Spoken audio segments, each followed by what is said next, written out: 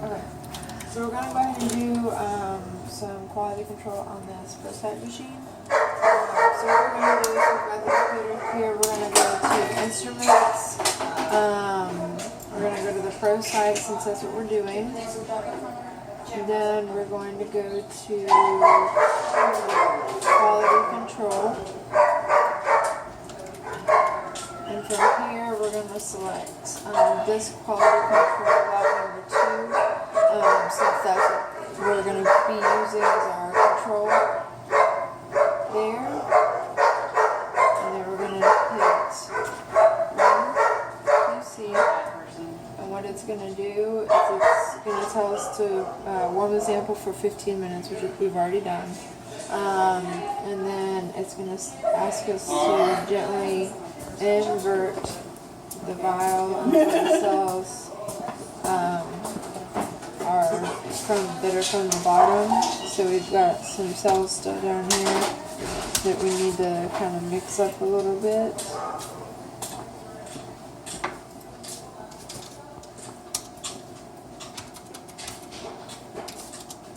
And here we have the sample stuck at the bottom. We just got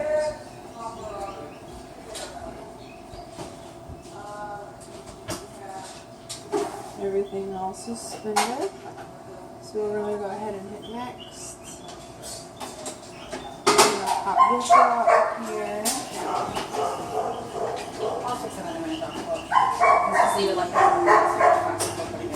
And we're going to change the adapter out. So this is locked in here. We're going to unlock it by turning it to match the red dot. And then it pulls out. And we're going to go ahead and put this one in. And put this in here. I'm going to hit OK on here. And then I'm going to go ahead and hit the start button. And we'll go ahead and run the control on that. And that's how we run that control on this particular machine. Now we're going to do a snap ELISA heartworm test. So what I'm going to do is I've got a blood sample here. So I'm going to take my little tiny container here that's going to mix the conjugate in the blood. The way that you mix it is you have 3 drops of blood, so 1, 2, 3, and then put the extra back.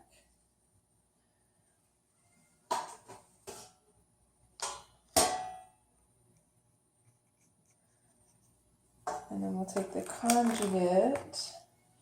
And I've already made sure that the lot number on the conjugate matches the lot number that came from the test. And we're gonna put 4 drops in here. 1, 2, 3, 4. And I'll go ahead and close it up, invert it about 10 times to kind of make sure it gets mixed up really well.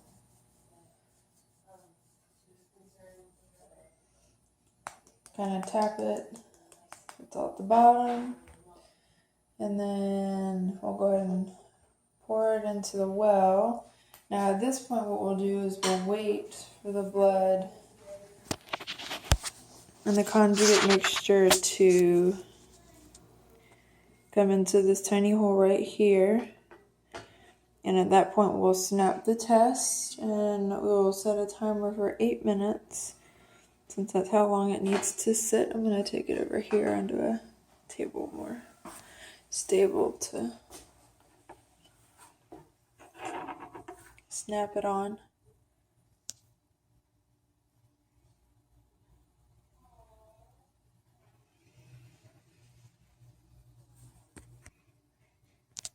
Alright, we have the mixture showing up in the circle, so we'll go ahead and snap it, and we'll wait for 8 minutes. Okay, it's been 8 minutes, and we can see that our negative control is blue, and there are no other blue markings on there, which means that the hardness is negative. Ona was kind enough to bring in this sample, so we've got in here, this is one of the fecal containers, we've got about 2 grams, maybe even more in there, and in here. I'm gonna go ahead and push that in, and then we're gonna take our Fecasol, go ahead and fill it up, and we're gonna fill it up until we've got a little bit of kind of a dome meniscus on the top. Take a cover slip, and it's going down a little bit, so it's just kind of sinking through all of the stool. Sit here and make sure it sinks through all of it before I put it on.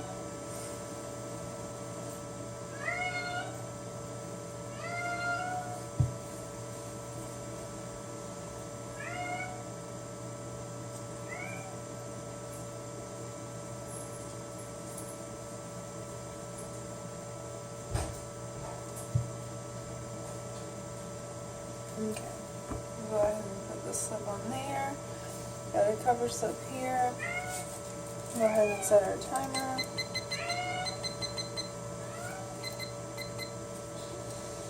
And then we'll wait and take a look at it here in a little bit. Alright, so the timer has gone off. We'll go ahead and we'll take this slide and we'll bring it over to the microscope.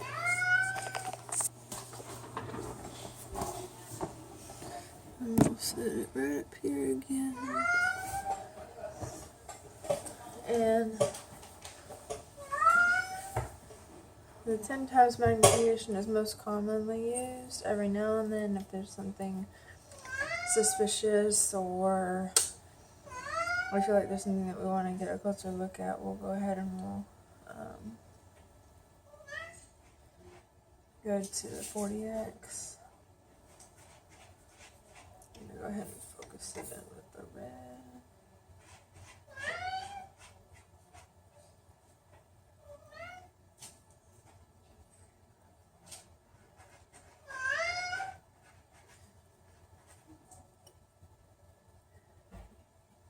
There we go. Go ahead and go down. And we'll go ahead and start scrolling. I usually scroll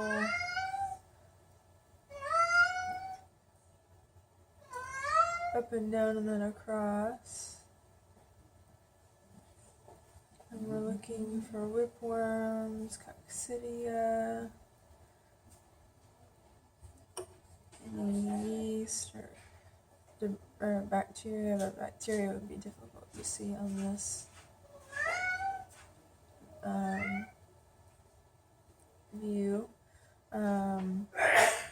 Any type of intestinal parasite. Sometimes we can see fluke eggs in here. There's definitely a possibility.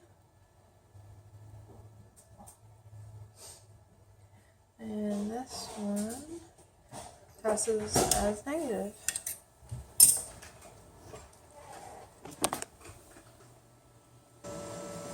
Alright, we're going to go ahead and we're going to take about 2 grams or so of fecal matter and stick it in this cup here. I'm going to go ahead and put some fecal matter or Fecasol in there.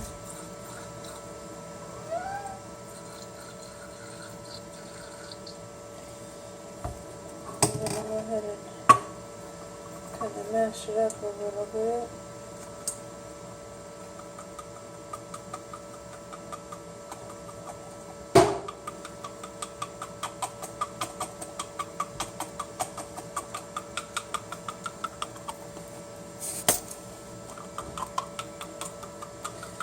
And then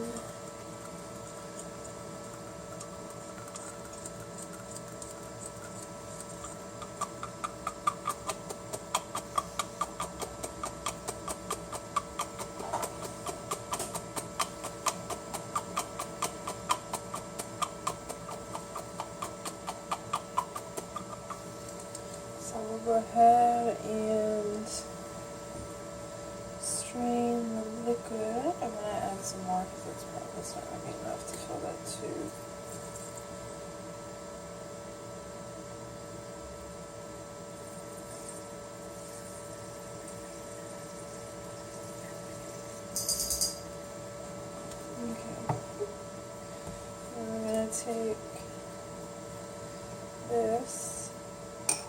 Actually, I'm gonna go ahead and put it over top of this in here, and I'm gonna open it up so it's got more to go through.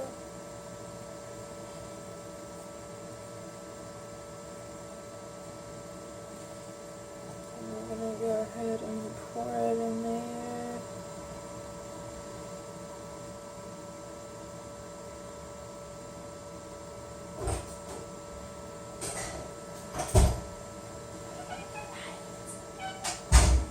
We're gonna a little bit of space at the top. We're going to go ahead and centrifuge this for about 5 minutes. Make it a balance.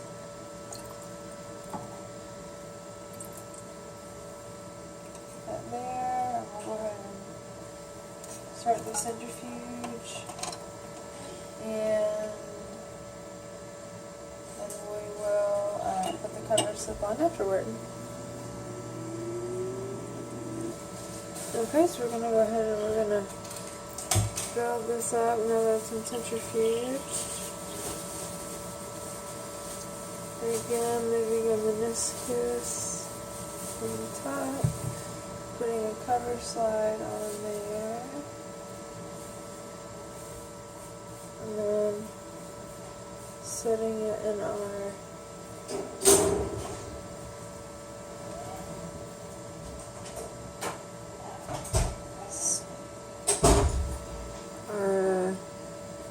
holder over here, and wait for another about 5 minutes, 5 to 10, or I'm sorry, another 10 to 15 minutes. Alright, we're gonna go ahead and take a look at this fecal sample.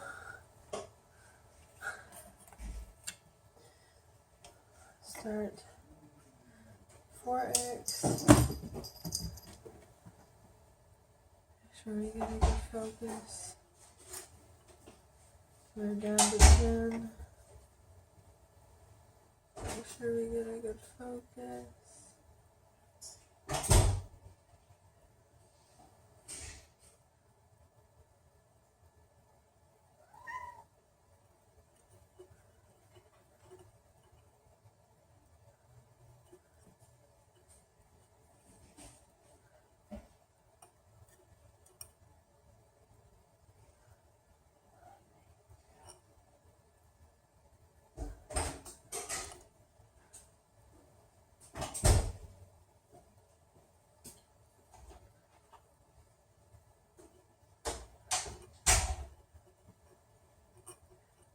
Okay, there's the focus. Okay.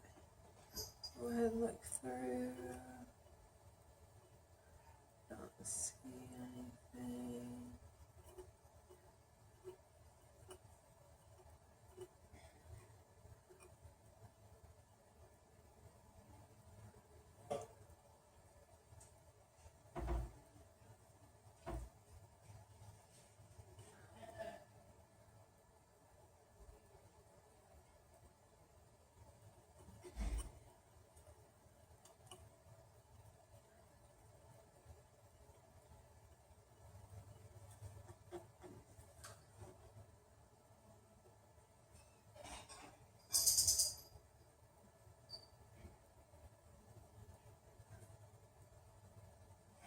Okay, we need the big focus on that one.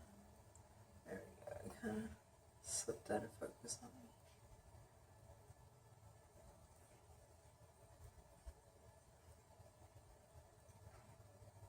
me.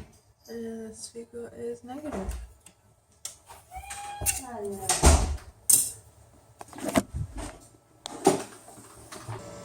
Alright, we're going to do a direct smear. So what I'm going to do is I'm going to take a little fecal stick. I'm not going to use that quite yet. We're going to use saline for this. So I'm just going to take a little itty bitty amount. We really don't need much, and just kind of smear it onto the slide.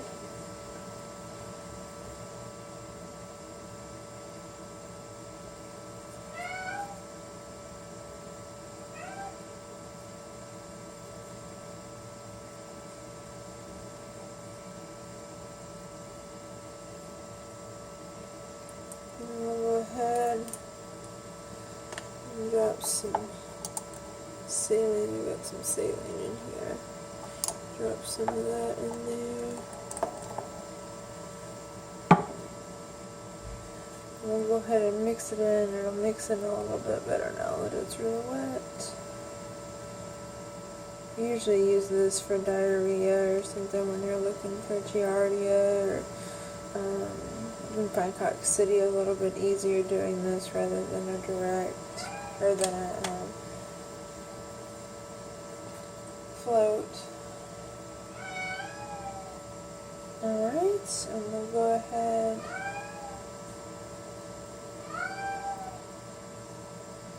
and take a look at this under the microscope.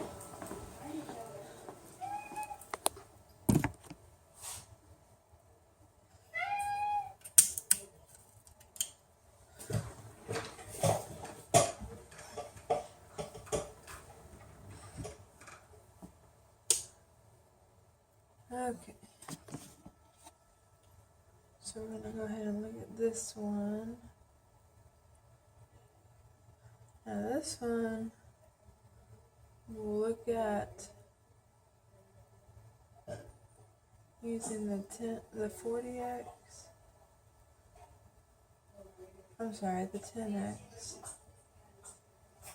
and occasionally, bless you kitties, we'll go to the 40x if we see something suspicious. But since this is a normal fecal, we won't go to the 40x. Because we're not looking for any abnormalities in the stool as far as bacteria goes. The stools are normal and don't present any problems with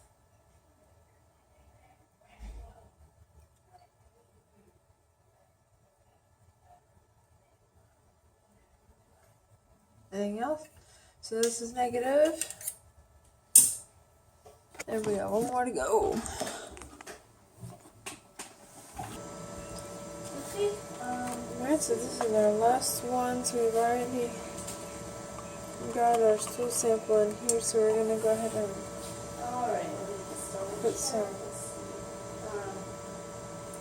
You said this was for Webster? Fecal mixture in there. And I see a WD. Is that for food? Okay. And you just need the 8-pound bag of dry food for that. Okay, let me put you on hold for 1 second just to make sure that we have it, and then I'll and then we'll put it up front for you. Hold on just a moment. You're welcome. We'll go ahead and pour it into the centrifuge tube here using this gauze. I'm going to poke it down in there with my finger so that it stays. And then we'll go ahead and pour it in there.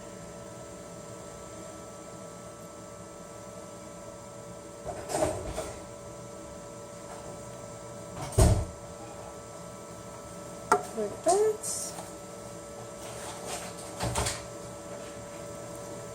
Throw this away.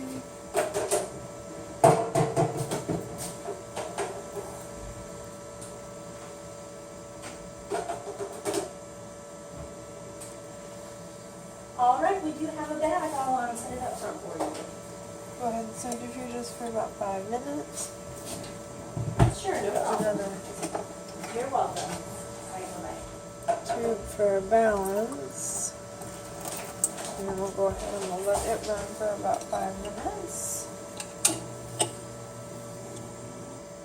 Alright, I've gone ahead and poured off the top portion of the Supernatant. And I'm going to go ahead and use this pipette to pour off just a little bit. And we're going to put some around the cover slip, around the slide. And then we'll take a cover slip. We'll get it under the microscope real quick.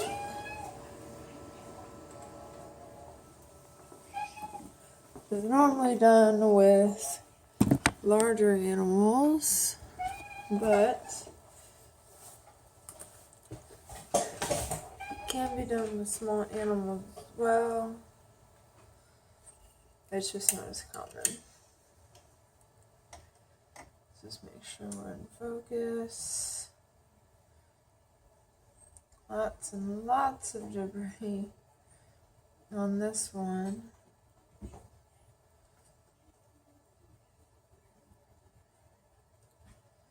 I'm actually going to turn the light up here. And we'll turn this down to 10x. Go ahead and look everywhere.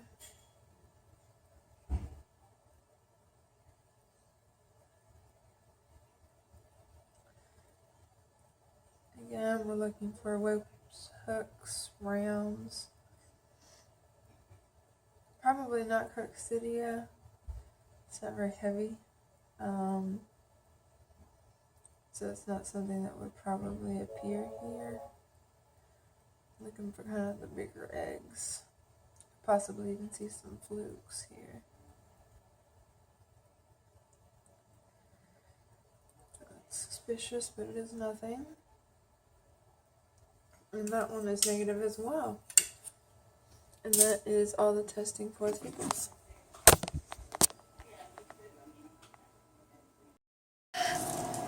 Okay, so we're going to run a serum sample real quick on this blood sample that we have here. We're going to go ahead and start by hitting the Analyze Sample button so we can go ahead and put the patient's information in, which we've got here. We've got the patient's name.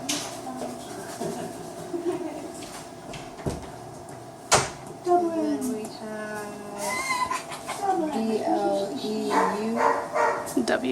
B-L-E-W as the last name. I haven't checked the fecals yet, but Okay. it looks like heartworm for Bree is negative. And then the client ID, which is the number, is 93075. And we're going to go ahead and add new patients since Blue's not already in there. And then You click on blue right there. click here. We're going to go to species, which is feline. And then it gives us a life stage option. Mocha is an adult feline. And then what we'll go ahead and do is we'll hit next. And then we're going to select the ProCyte and the Catalyst. We're going to go ahead and select Catalyst 2. Catalyst 1 is finishing up. It's either run and then we'll go ahead and So hit run. Mhm. Because we're not doing any of these additional things. We'll go ahead and stick this guy in there. As if it's been rotated. There's no one guy in there. We'll take it out, put this in. Go ahead and hit the start button. And then we go in on that, make it bigger. And this, we'll go ahead and pull the clip back.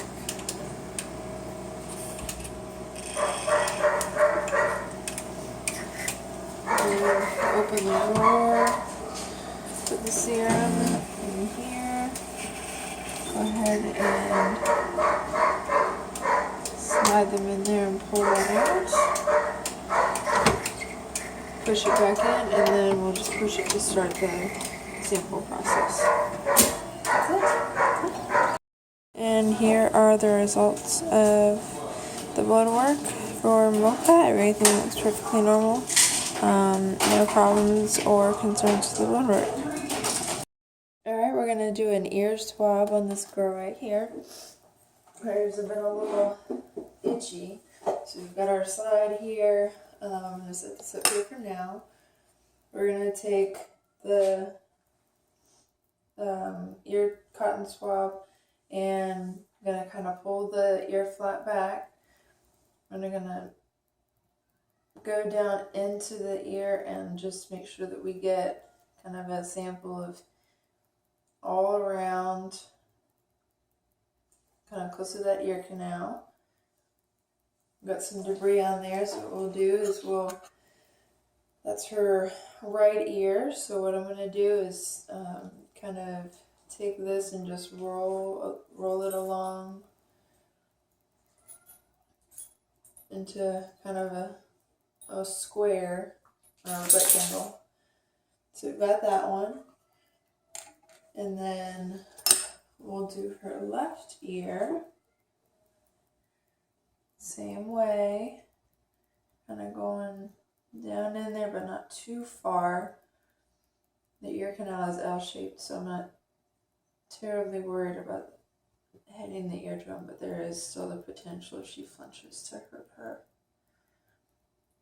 So you've got that sample. And what I'm going to do to differentiate the two sticks is I'm going to break this one into kind of like an L.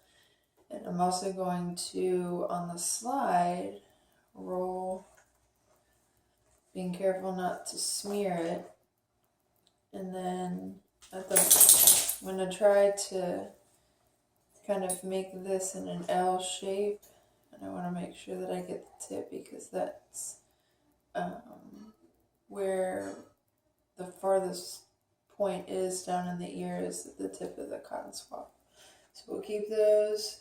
And now we'll go stain the slide. We're going to get ready to stain our ears.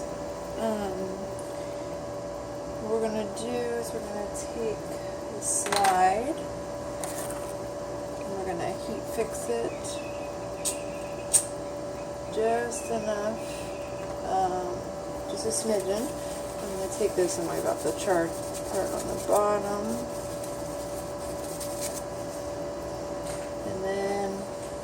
Take it on paper or take a clothespin and I'm going to dip it into the stain about 5 to 10 times.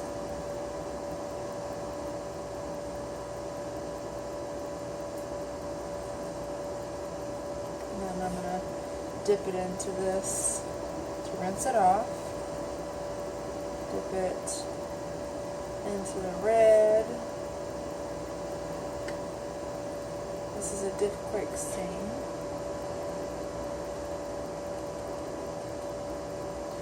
Put it in here.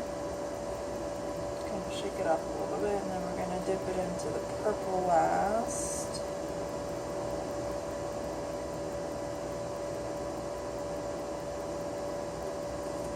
And then we're just going to rinse the back portion off very gently. Some water, and we're going to let it air dry, and then we're going to take a look at it under the microscope. Now that it's dry, we're going to go ahead and take a look at it under the microscope. What I'm going to do is I'm going to take just a little bit of immersion oil and I'm going to put it on each ear and a little bit more.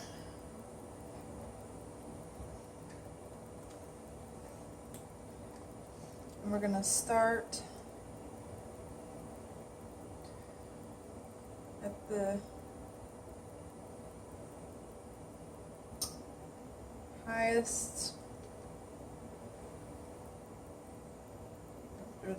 technically the lowest magnification. Kind of work our way down to the closest one, just to make sure that we're in focus.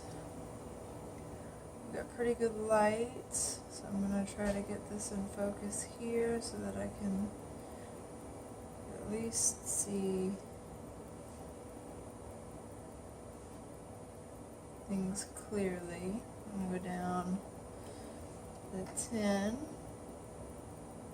focus it here, just making small adjustments. Go to the blue, making sure not to get any oil on it.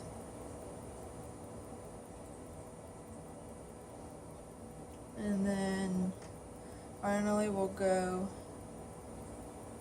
to the last one, which is 100.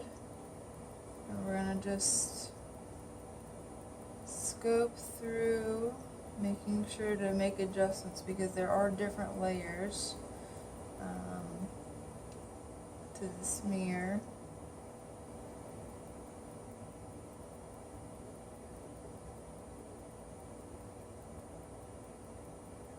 Right now I'm just seeing some cocci, not seeing any yeast on the left side. Made them markable so that I would be able to notice which side is which.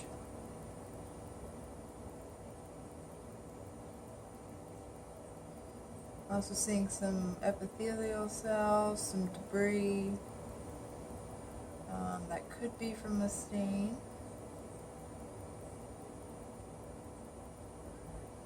Sometimes we can see red blood cells, white blood cells if they have a bad ear infection.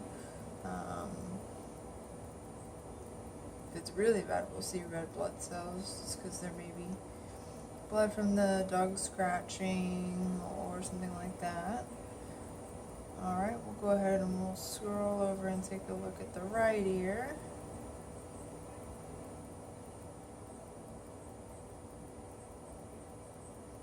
And over here.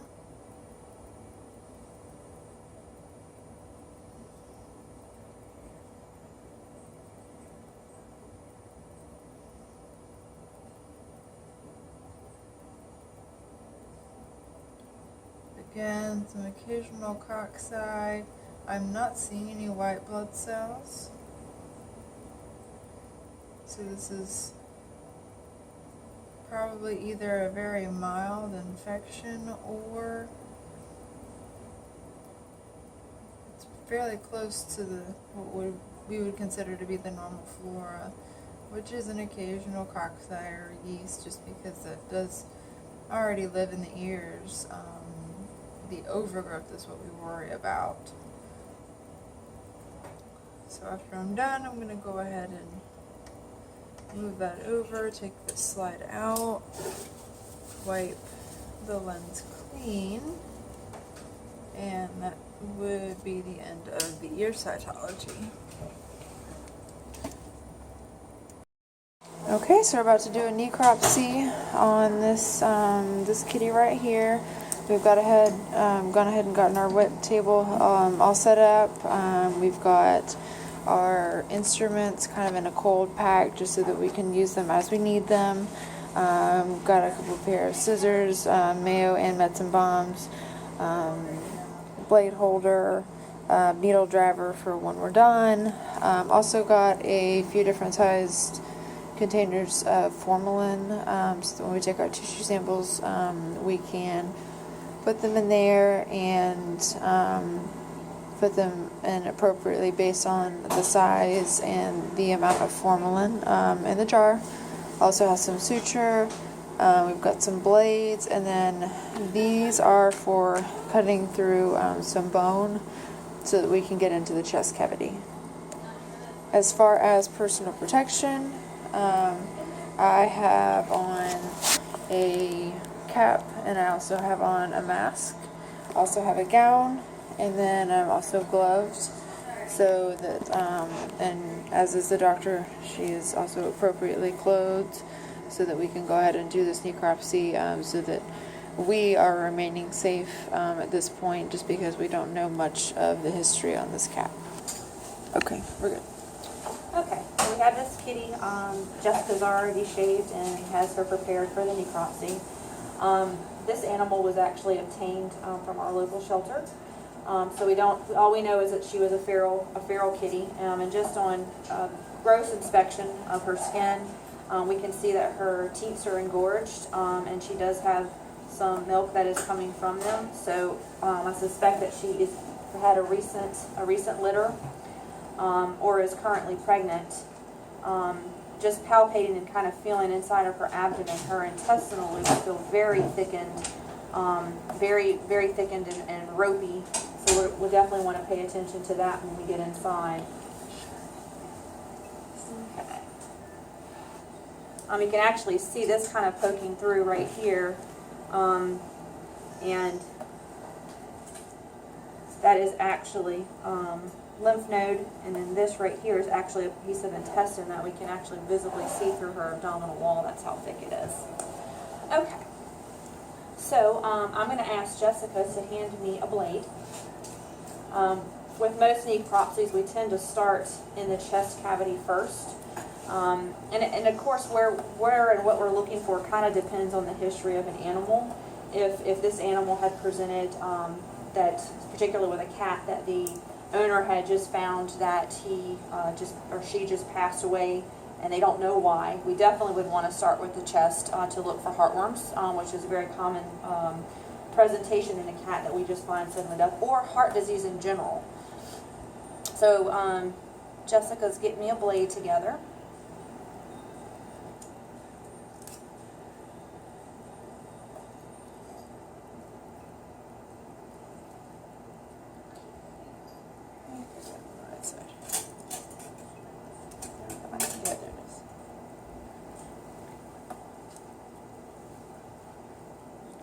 Thank you.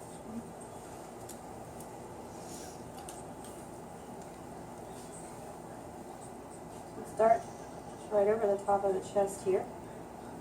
I'm just going to go ahead and extend my skin incision all the way down the abdomen. Of course, we've got to have a little bit of milk in our way there.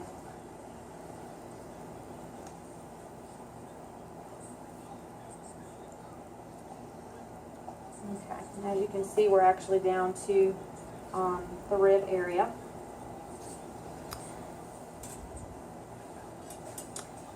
If you will hand me those bone cutters, I'm going to just start by making a little stab incision to kind of get us started.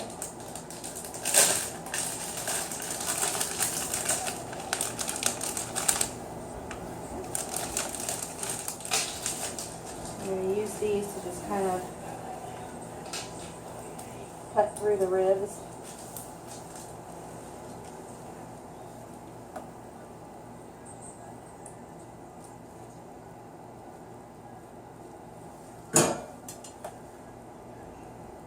Get through some of that muscle. I'm just going to kind of cut right along the sternum. It's a little easier to get through them.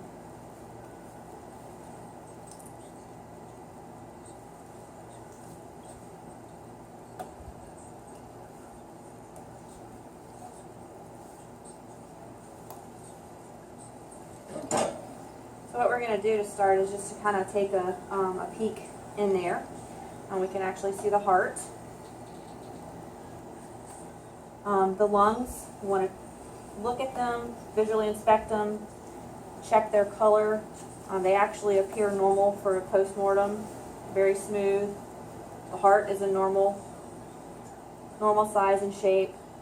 Ordinarily, if we were suspicious of anything with this cat as far as the heart is concerned, we would actually incise the inside, looking for evidence of heartworms, or more importantly, really to look at for evidence of left ventricular hypertrophy in the case of hypertrophic cardiomyopathy, which is common in cats.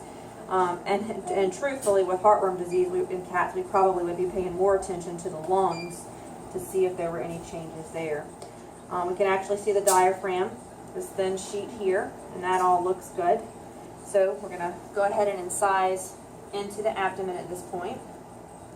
Based on what I'm feeling in her abdomen, I think we're going to, find some things going on there potentially.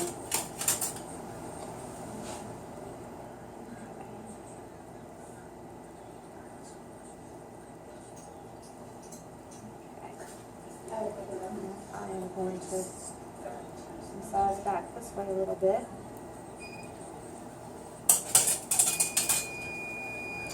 So again, the first thing we're going to do is just kind of peek at everything in there and see how things are looking. Is there any evidence of fluid?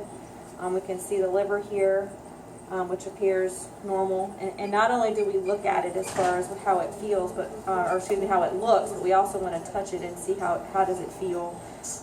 Does it feel normal? Is it hard? But it's nice and smooth. We look down, we can definitely see that her kidney there. It's a right kidney, left kidney.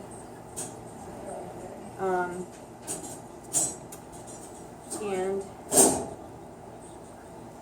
her reproductive tract, which actually looks fairly small.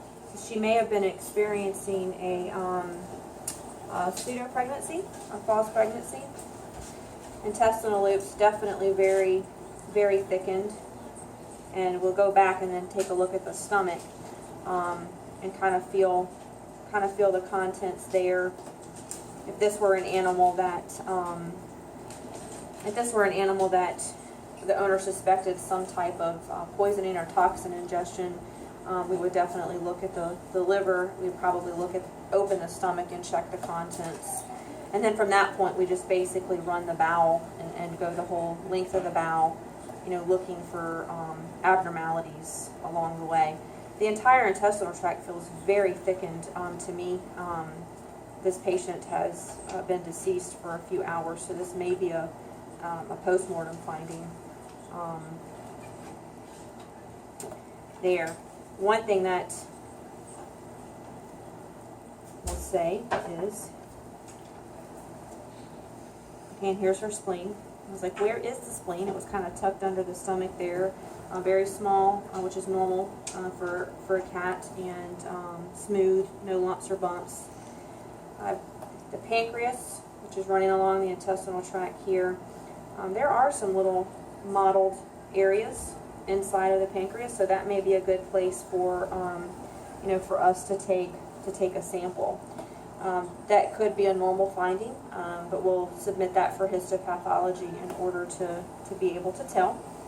So what we're going to do is I'm actually going to take a piece of the tissue and then have Jessica place it in our formalin container. And I'm going to try to get a piece here that is representative with those little whitish dots there. And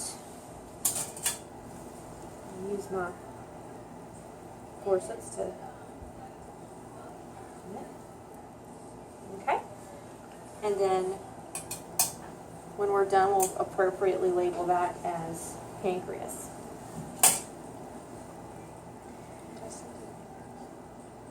Pancreas.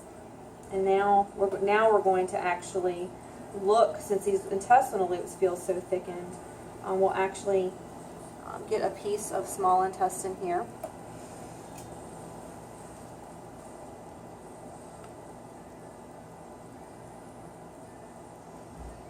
Which might actually cause us to have some oozing, of course.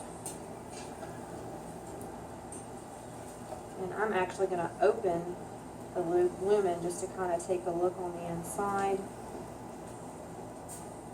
Okay. And I'm going to actually use my forceps to drop it into the formalin. And I may just go take another piece of small intestine from further down.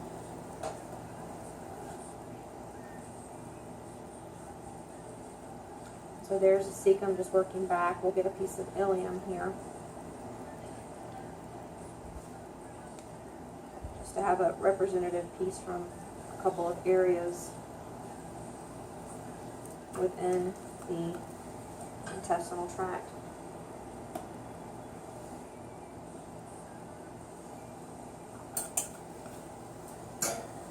Urinary bladder looks fine. Kidneys appear healthy.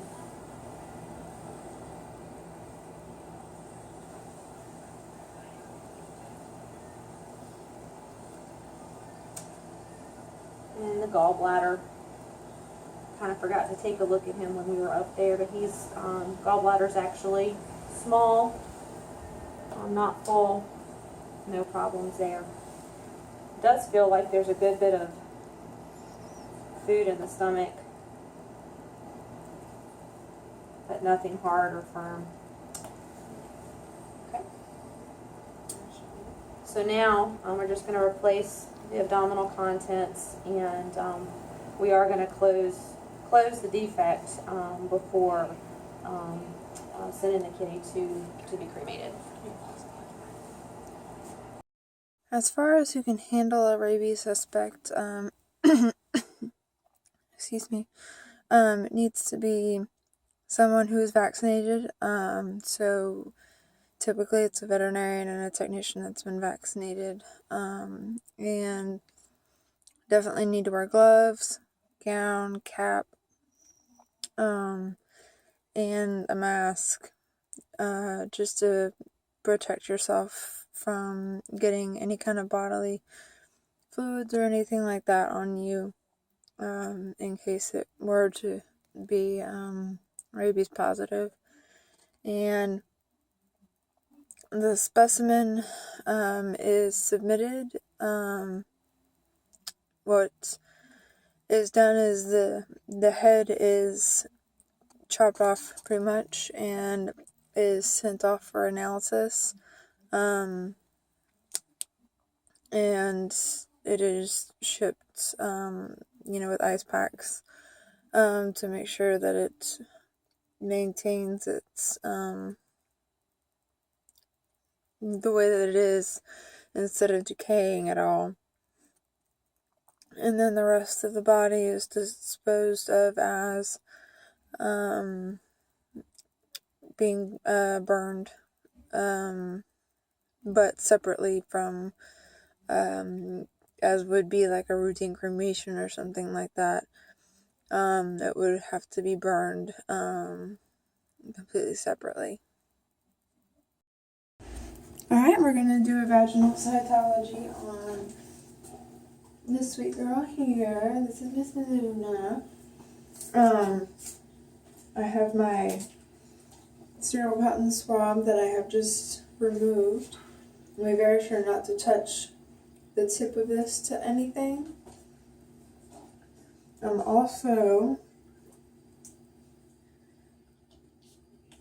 going to take just a little bit of sterile saline and just drip it on there, just so it's lubricated a little bit and not dry going in, so it's a little bit less uncomfortable.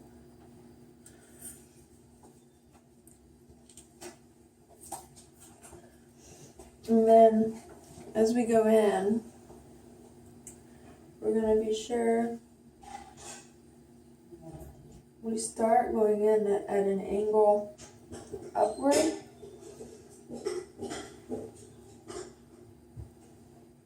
And then we go, and we're going to start going at a 45-degree angle.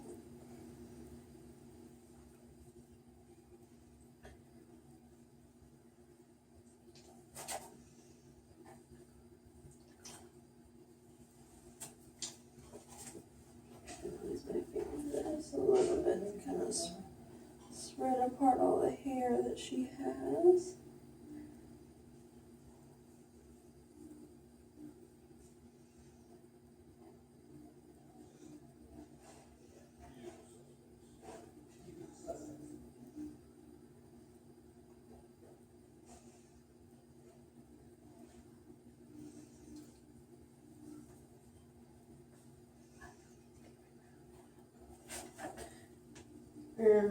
Since she's such a big girl, unfortunately, have to go almost all the way in. And then we'll kind of rotate it a few times. Take it out. We've got our sample here. I'm gonna go ahead and be very careful to roll and not smear the sample onto the slide. And I'm gonna do the second one here. This is a spayed female.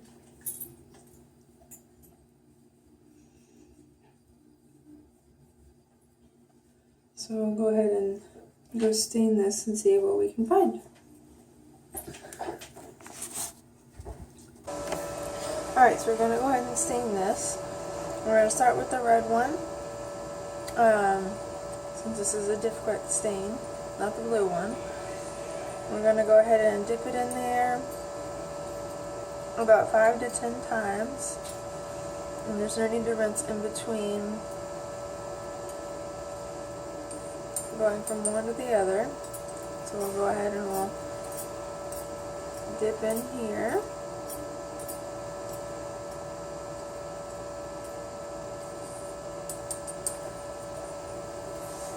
And then we'll rinse it off.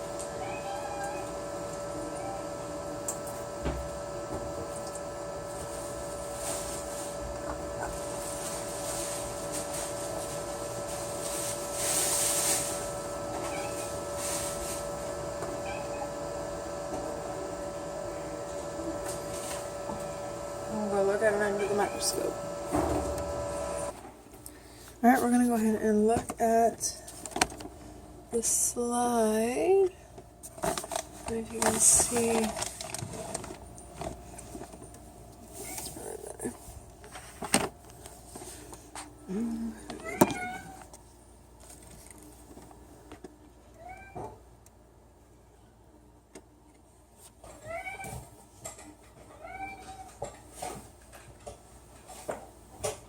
So we're going to go ahead and start at the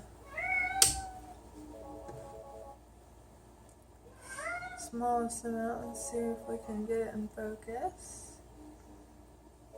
It's already pretty focused there. Get it focused on the next one.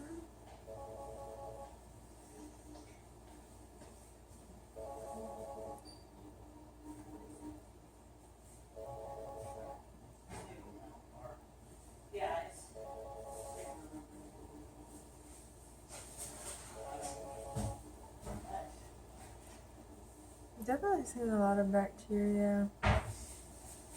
A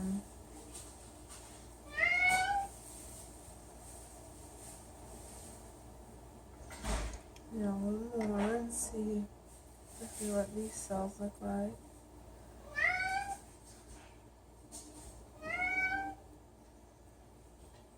Morning. How are you? Alright.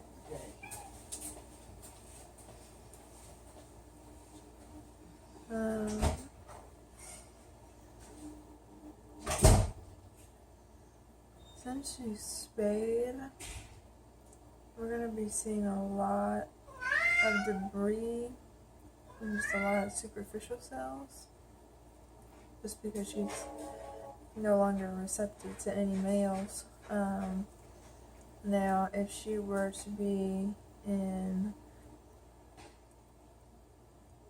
anestrus, she would have a lot of intermediate and parabasal cells. And if she was in proestrus, there would be a lot of red blood cells and a lot more superficial cells, including neutrophils and bacteria. And then in estrus, she would have mostly superficial cells, and the bacteria would be attached to them. But that's pretty much the analysis of a vaginal cytology. Alright, we're going to do a skin scraping. So what I'm going to do is I'm going to take just a little bit of mineral oil, and on a slide I'm just going to put just a little bit, little drop. And we're going to kind of set that aside for now. I'm going to go and right here is going to be our spot of selection. We're just going to shave just a tiny little bit.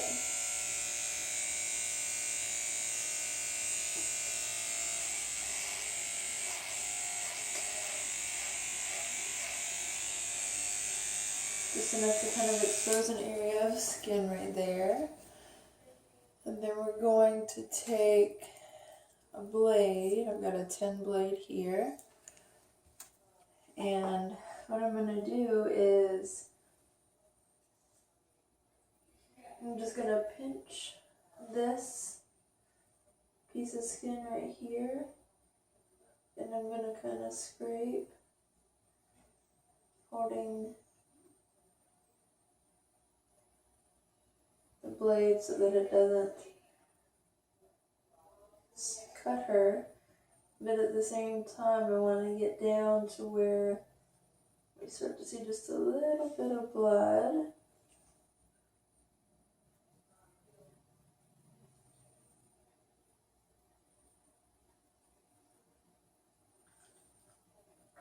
Since that's where the mites live, is down at the hair follicle.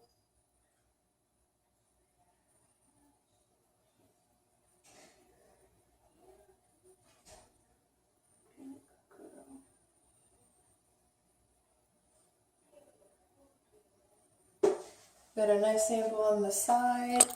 What I'm going to do is I'm going to take it and I'm going to smear it into the mineral oil.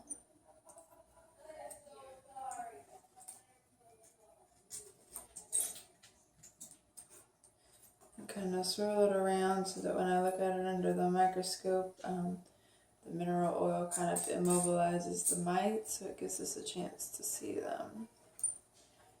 And then we'll go take a look at it.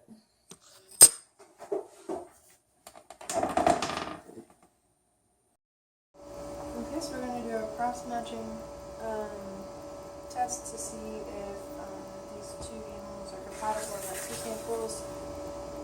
I've got the donors up here and the recipients down here. What I'm going to do is I've already spun down to get the serum for each of them. I'm going to go ahead and pull that off and put it into non-agar tubes, and I'm going to go ahead and spin down the lavender tops so that I can begin washing the red blood cells. Okay, so we've got them spun down, so what I'm going to do, I'm going to take the plasma and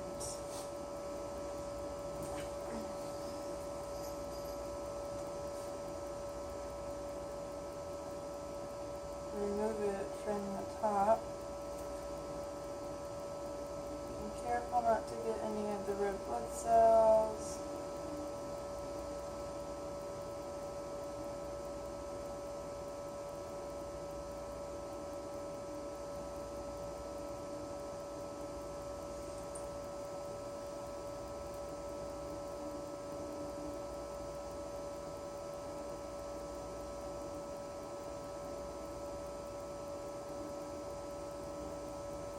Okay. That's for our donor.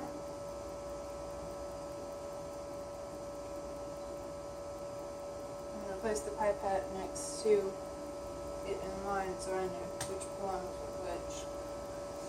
Do the same thing for the recipient.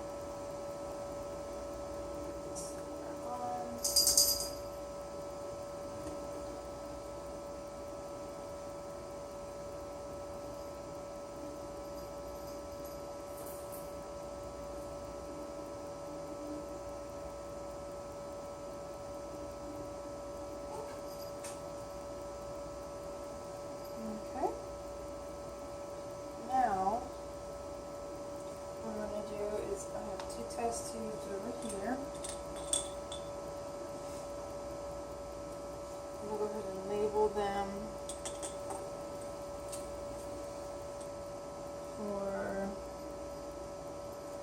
donor and the recipient. And I'm going to take about 1 to 2 drops, sorry, the recipient, of the red blood cells.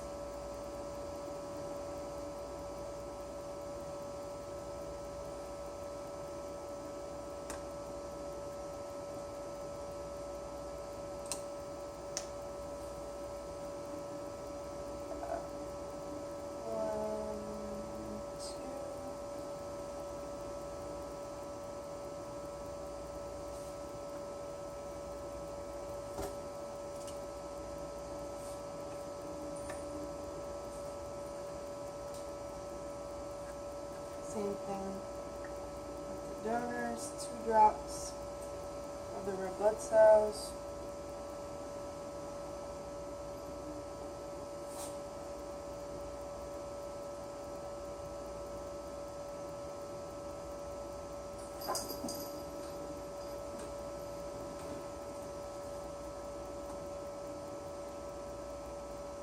And for the rest, some saline I have here.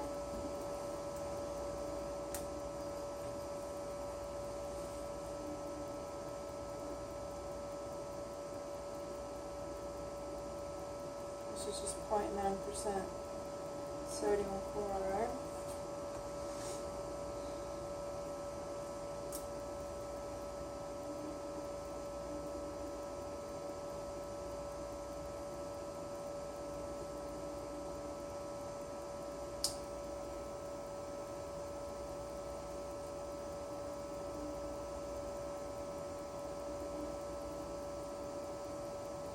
Same thing for the donor. The recipient, I'm sorry.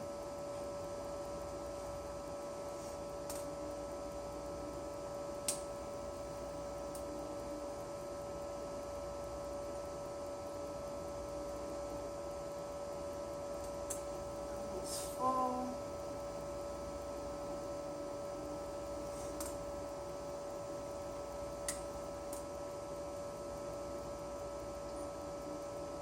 I'm going to go ahead and mix them and centrifuge them for about 1 minute. I've got them centrifuged, so I'm going to go ahead and pull off the top of the new syringe.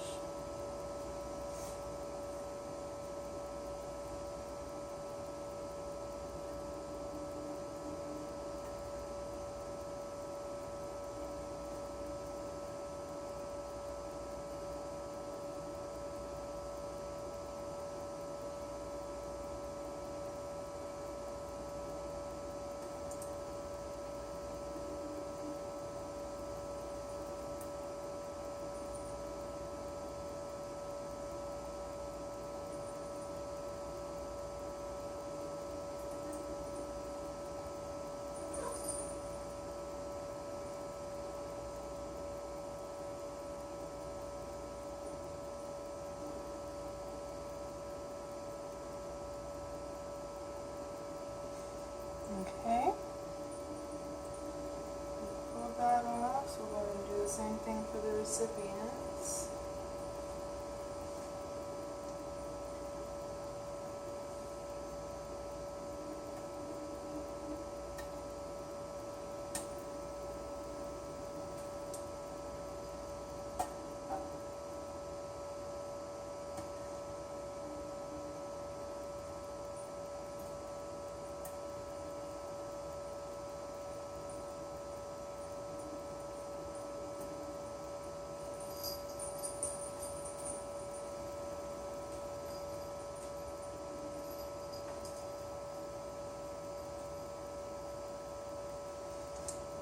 Okay, I'm going to go ahead and do the same procedure again, and then we'll do it one more time, so we'll do it 2 more times. Again, we're going to pull the supernatant off.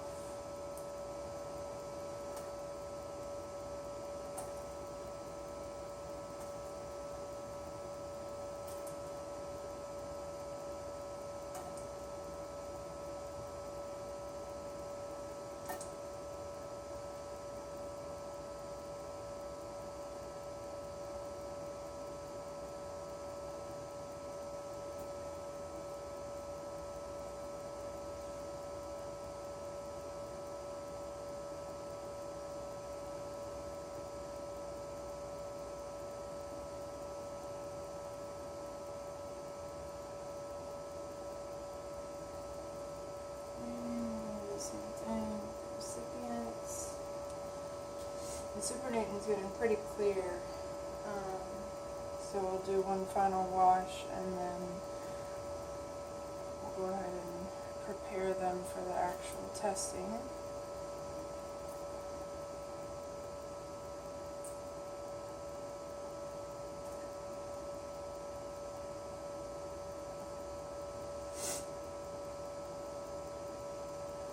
Since I've already demonstrated washing them twice, I'm not going to film the next demonstration.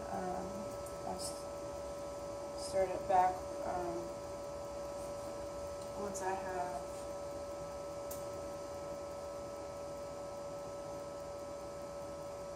pulled everything off, and then we'll go ahead and start the camera back up.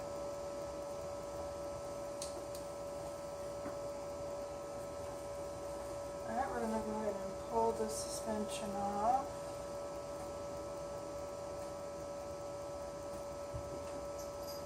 And then what we'll do, I've already gotten two syringes, two 1 ml syringes, and I've pulled up 0.98 mLs of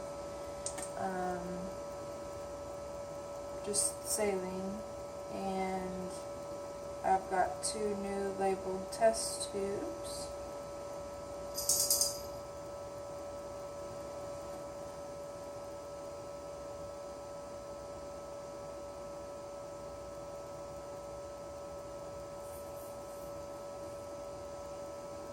Okay. So we've got our wash red blood cells down in there that are nice and packed down in the bottom. And I will take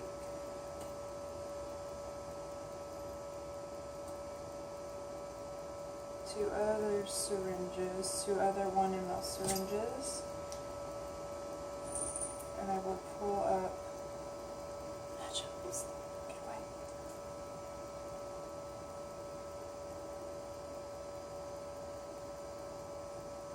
I'll pull up 0.02 mLs into that syringe, and I'll put that into the new test tube with the saline. Excuse you, sir. Not your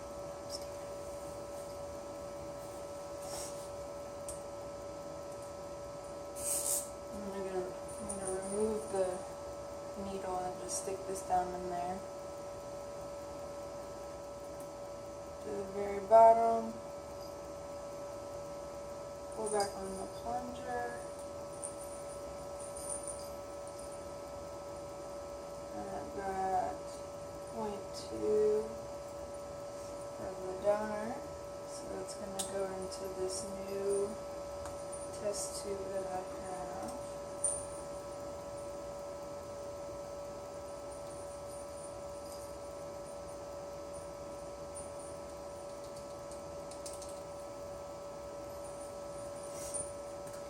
Along with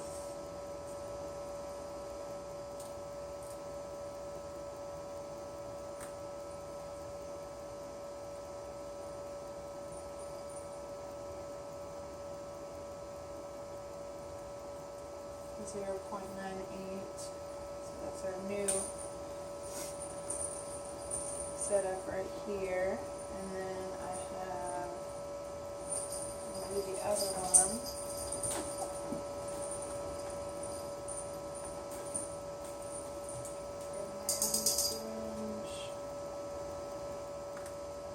Needle on it.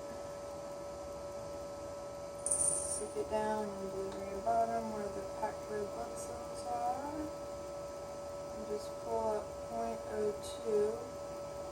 It's a very, very tiny amount. And put this into the new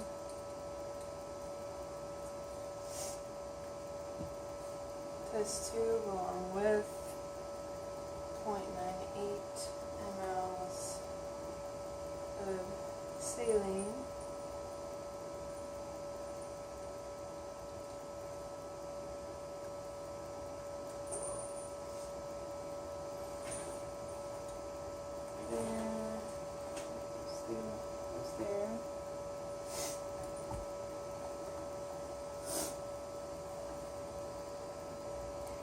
we're gonna start with our major cross match, and what we're gonna do is we're gonna take,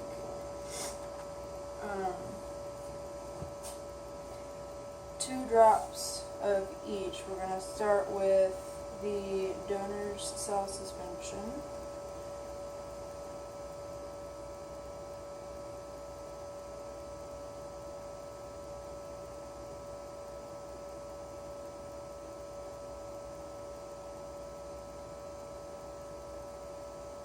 I'm just gonna keep that right bit in there. And then the recipient's plasma.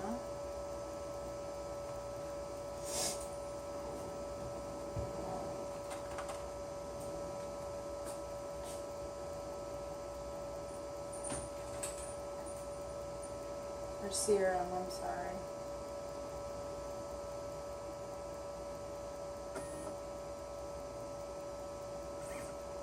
So we've got that.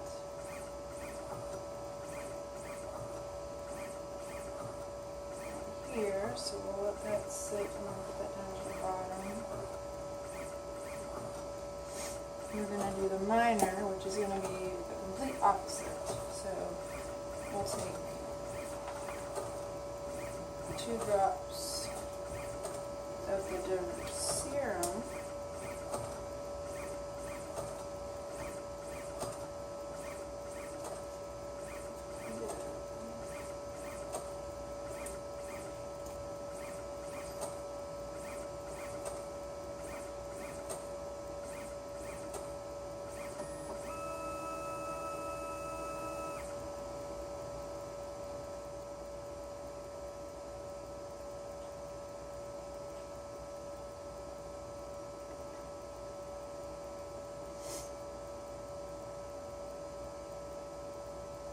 And then 2 drops of the recipient's red cell wash, which is now a mixture.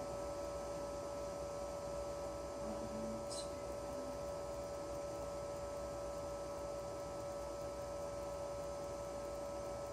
So we've got our major and minor sitting down here, and we're going to make controls by taking the donors. And we're going to do the same thing, 2 from the cell, 2 drops of the red blood cells, and then 2 drops of the serum. And we're doing this to check for autoagglutination, to make sure that the test is valid.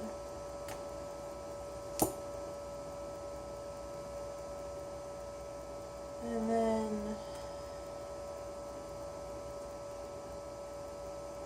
same thing with the recipient, 2 drops of the red blood cells, 2 drops of the serum.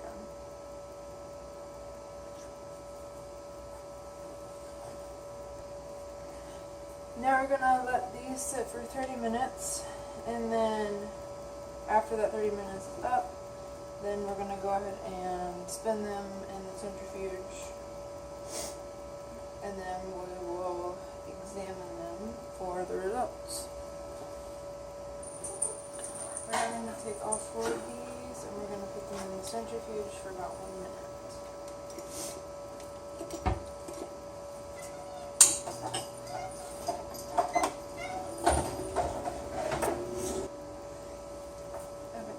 They've been centrifuged. We're going to go ahead and check for, we're going to go ahead and I'll start with the controls, because we want to make sure that there's no hemolysis, which I do not see any in here. So that is good. And then I'm just going to shake all of them up gently and check for any agglutination.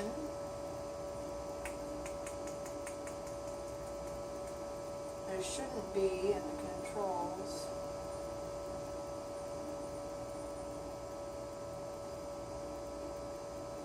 there's not. Now we'll check the major cross match.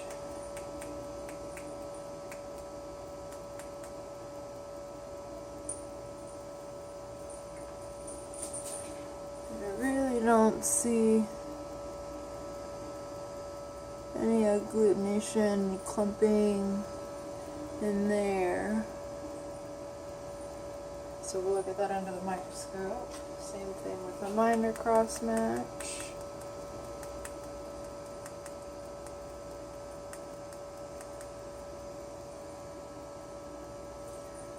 Again, no readily visible agglutination, so we'll go ahead and check under the microscope.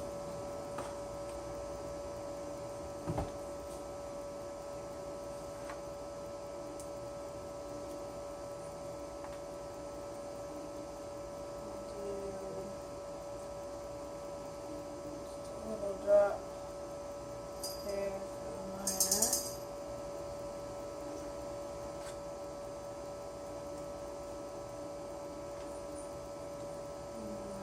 Drop here for the major one. And then I'm going to take a cover slip.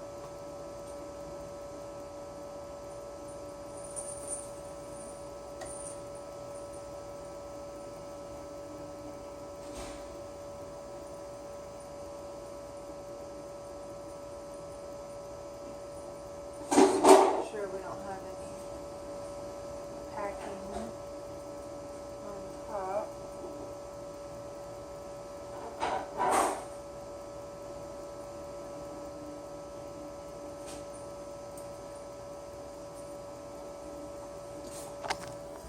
Go over to our microscope here.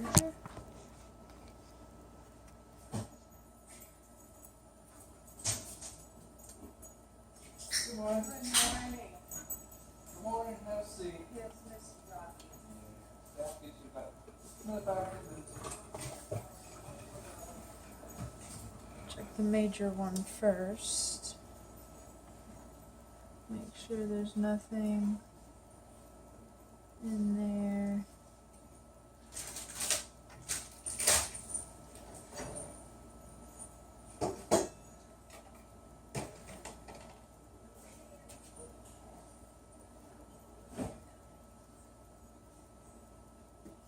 I'm really not seeing any major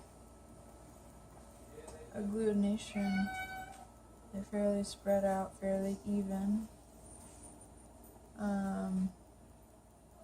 Do see some red blood cells on their sides. There is some crenation.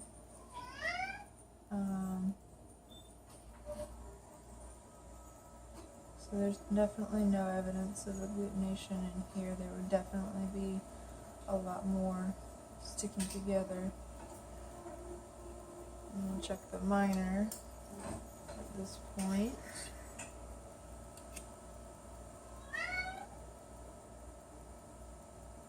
It's a little thick, so we're gonna go kind of towards the outside where it's not as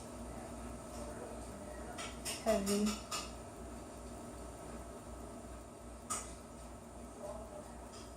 More crenation in this one, but still no agglutination.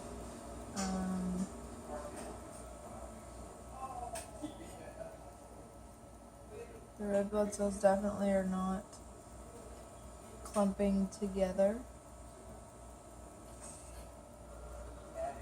So with these results, these animals would actually be compatible as far as if the donor was available and the recipient needed a blood transfusion. These two animals would in fact be compatible in that aspect. The recipient would be able to give to this particular donor.